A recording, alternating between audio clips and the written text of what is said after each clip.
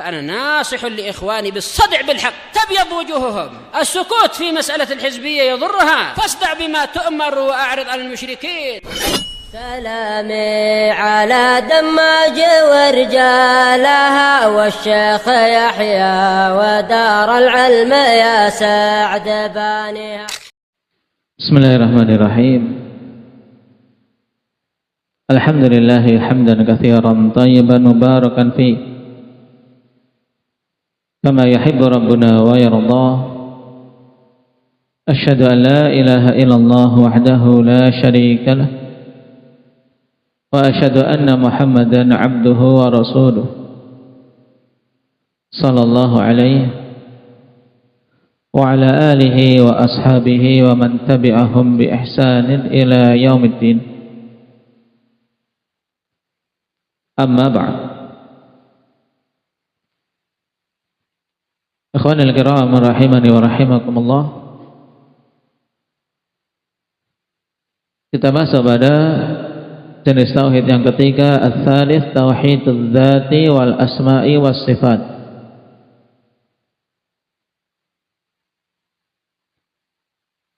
Yang lebih familiar, lebih masyhur dengan ungkapan tauhidul asma was sifat.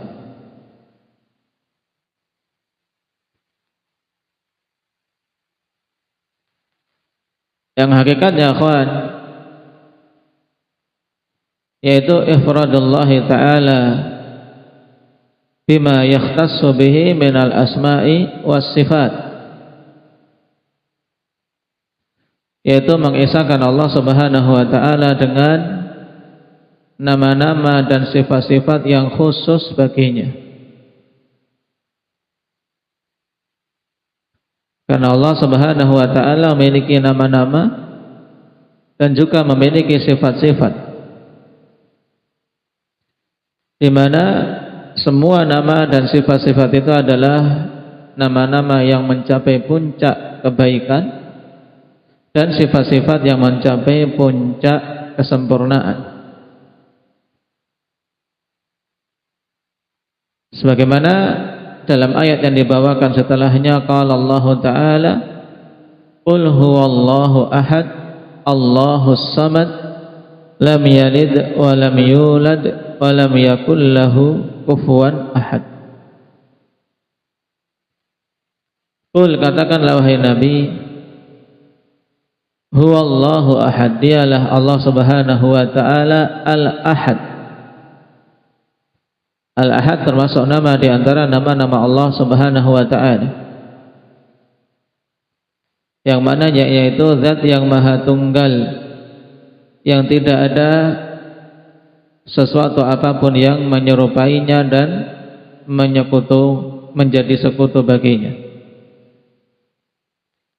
Allahus samad, Allah Subhanahu wa ta'ala as-samad. As-samad juga nama dari nama-nama Allah. Yang makna dari as-samad yaitu as-sayyid alladhi kamula fi su'dadihi wa syarafihi wa 'azamatihi wa fi jami'i sifatil kamal, yaitu sesembahan yang sempurna dengan semua sifat-sifat kesempurnaan. Walladhi tasmudu ilaihi al-khalaiq wa taqsuduhu fi jami'i hajatiha, dan zat yang semua makhluk menggantungkan permintaan-permintaan dan hajatnya kepadanya. Makanya terkadang diungkapkan dalam terjemahan itu Allahus samad, Allah yaitu zat yang semua makhluk bergantung kepadanya. Maksudnya bergantung kepadanya yaitu mengarahkan permintaan, mengarahkan permohonan dan semua kebutuhan-kebutuhannya kepada Allah Subhanahu wa ta'ala. Ini kandungan makna as-samad. Berarti terkandung pada makna as-samad penetapan semua sifat kesempurnaan, dan di sisi yang lain penetapan bahwasanya dialah zat yang mencukupi semua kebutuhan hambanya. Lam yalid wa lam yulad. Ini juga penegasan tentang sifat keesaan Allah Subhanahu wa taala, di mana Allah Subhanahu wa taala lam yalid laisa lahu walad, yaitu yang tidak memiliki anak. Walam yulad, dan tidak diperanakkan, maksudnya tidak memiliki orang tua. Karena Allah Subhanahu wa taala zat yang maha tunggal, tidak beranak, tidak pula diperanakkan. Karena yang memiliki anak menunjukkan dia butuh. Demikian pula yang diperanakkan menunjukkan dia butuh kepada yang lain, sedangkan Allah Subhanahu wa taala adalah zat yang tidak butuh kepada siapapun. Walam yakul lahu kufuwan ahad. Dan tidak ada bagi Allah Subhanahu wa taala satupun yang menyamainya. Karena makna kufuwan ai mumatsil, mukafi, tidak ada yang menyamai. Maka makna walam yakul lahu kufuwan ahad, akhwan, ini juga apa? Selaras dengan ayat yang lain yang masyhur dalam pembahasan asma wa sifat, yaitu ayat di surat Asy-Syura, laisa kamitslihi syai'un. Tidak ada yang menyerupai Allah Subhanahu wa taala sesuatu apapun. Nah, ayat ini dinamakan dengan, atau surat ini dinamakan dengan suratul Ikhlas karena murni. Isinya berkaitan dengan Allah Subhanahu wa taala. Berkaitan dengan tauhid, menerangkan tentang Allah Subhanahu wa taala. Maka surat ini memiliki kedudukan yang agung, ta'dilu thulutsal Quran, ya, seimbang, nah, sepadan pahalanya dengan apa? Dengan sepertiga dari Al-Quran. Kenapa? Karena terkandung di dalamnya murni penjelasan tentang Allah Subhanahu wa taala, nama-nama dan sifat-sifatnya. Wa qala ta'ala walillahil asmaul husna fad'uuhu biha. Allah Subhanahu wa taala berfirman, dan Allah Subhanahu wa taala memiliki asma al-husna, nama-nama yang husna. Apa makna husna? Antum perhatikan. Makna al-husna yaitu balighatun fil husni ghayatah, yang mencapai puncak kebagusan. Ini makna al-husna. Sehingga ketika dikatakan al-asmaul husna, maka maknanya berarti hanya milik Allah Subhanahu wa taala saja al-asmaul husna. Maksudnya apa? Asmaul husna itu yaitu nama-nama yang mencapai puncak kebagusan. Tidak ada yang lebih bagus daripada nama-nama tersebut. Jadi semua nama-nama Allah sifatnya apa? Husna. Apa makna husna tadi, Hamzah? Nah, yang mencapai puncak kebagusan. Balighatun fil husni ghayatah.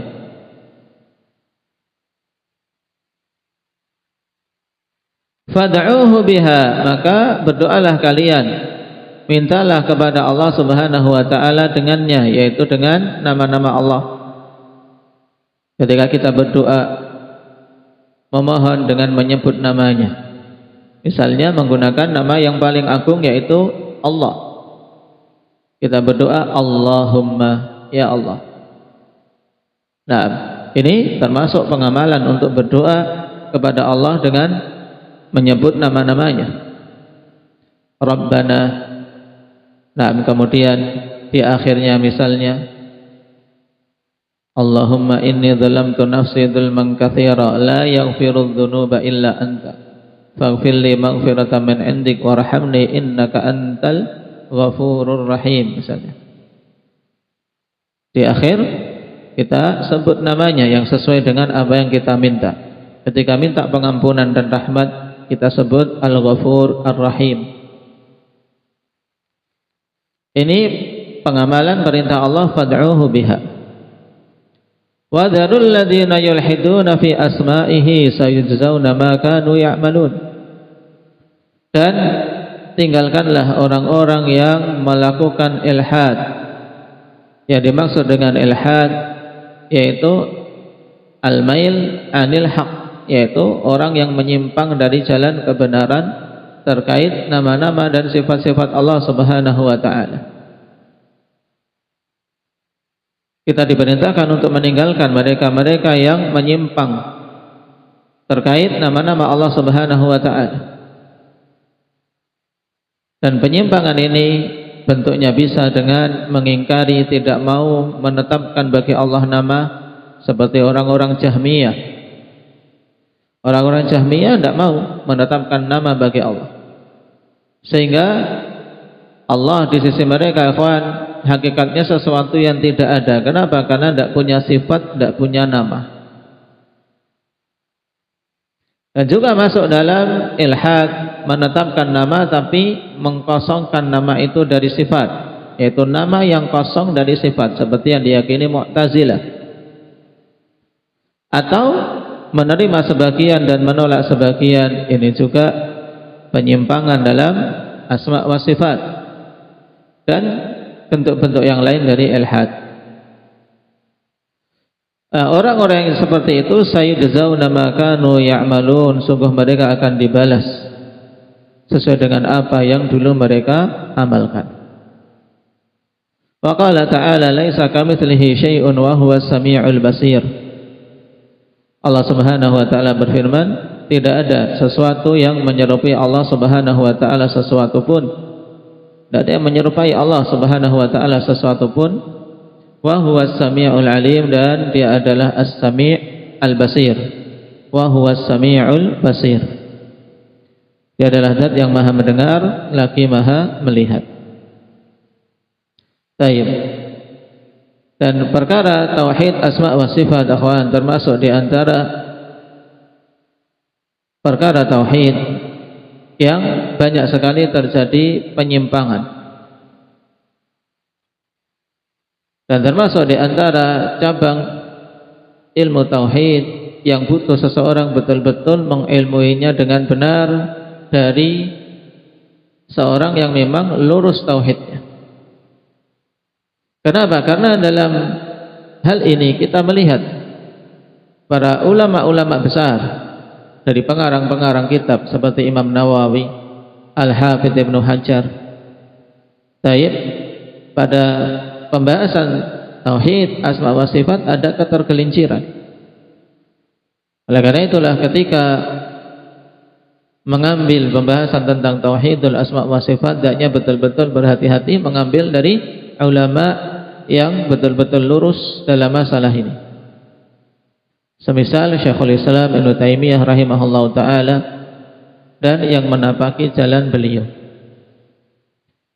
yang di masanya sungguh perjuangan beliau dalam meluruskan tauhidul asma wa sifat dan membantah golongan-golongan yang menyimpang dalam masalah ini luar biasa.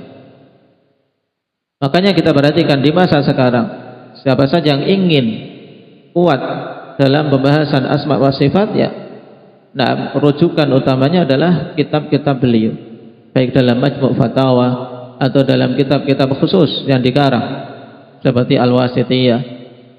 Nah, demikian pula Al-Hamawiyah ataupun Aqidah At-Tadmuriyah. Ini semuanya dominan, akhwan, berkaitan dengan apa? Pembahasan asma wa sifat yang pada masa itu memang pergolakan sangat kuat membantah ahli bidah. Dan dari beberapa adillah yang disebutkan di sini, akhwan, kita bisa memetik beberapa kaidah pokok terkait tauhidul asma wa sifat yang secara rincinya seorang bisa mempelajari kitab yang khusus ditulis tentangnya, seperti misalnya kitab Al-Qawaidul Muthlah. Al-Qawaidul Muthlah di antara kitab mutaakhirin, yaitu kitab yang dikarang Syekh Al-Utsaimin rahimahullahu taala, tapi subhanallah Allah berikan taufik pada beliau sehingga bisa membeberkan pembahasan asma wa sifat ini dengan begitu mudah diterima, begitu mudah dipahami. Taib. Dan kaidah-kaidah pokok dalam pembahasan ini ikhwan, yaitu yang pertama bahwasanya pembahasan asma wa sifat itu tauqifiyah.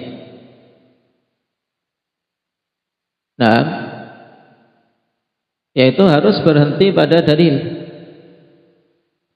dalam menetapkan ataupun menolak.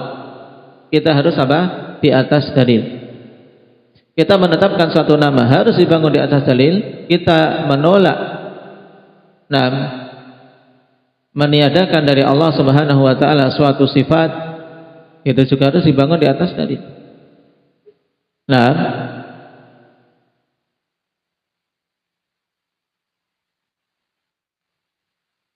Sehingga tidak boleh seorang berbicara menetapkan nama bagi Allah tanpa dalil yang sahih, atau menetapkan suatu sifat bagi Allah tanpa dalil yang sahih.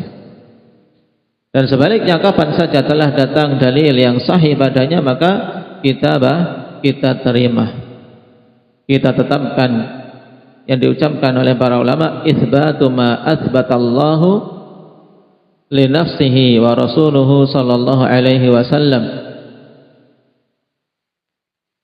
itsbatan bila tamtsilin,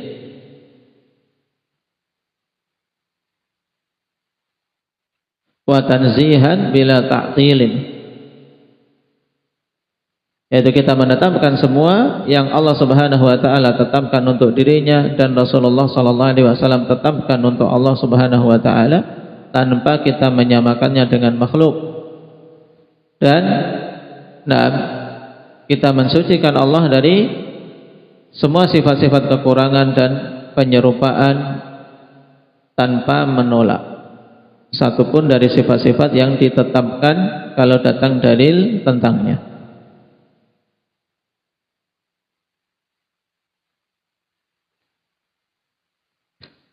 Kemudian kaidah pokok juga ikhwan dalam tauhidul asma wa sifat, yaitu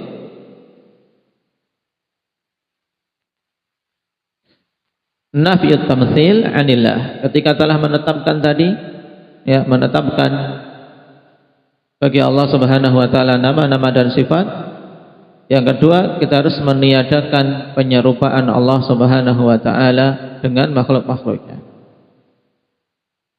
Ini yang ditegaskan dalam ayat laisa kamitslihi syai'. Ketika kita menetapkan tidak boleh kita menyamakan Allah dengan sesuatu apapun, tapi kita katakan sifat tersebut sifat yang sesuai dengan keagungan Allah. Seperti misalnya sifat mencintai, Allah mencintai hamba-hambanya. Penetapan sifat mahabbah, sifat cinta bagi Allah, ini kita katakan sesuai dengan keagungan Allah, bukan karena Allah butuh. Tidak berbeda dengan cintanya makhluk. Demikian pula kemurkaan, sifat murka, sifat marah bagi Allah. Ini yang sesuai dengan keagungan Allah. Sifat kesempurnaan beda dengan manusia. Sifat marah mereka menunjukkan kelemahan pada beberapa keadaan. Kemudian kaidah yang ketiga, ikhwan, qat'ut tam'i an idraki kaifiyati hadhihi sifat, yaitu qat'ut tam', yaitu untuk kita kaidahnya memutus keinginan untuk bisa mengetahui kaifiyah sifat-sifat ini. Kenapa? Karena memang pintu untuk kita mengetahui kaifiyah sifat tertutup. Makanya kita tidak boleh bertanya-tanya tentang kaifiyah suatu sifat. Bagaimananya itu tidak diperbolehkan.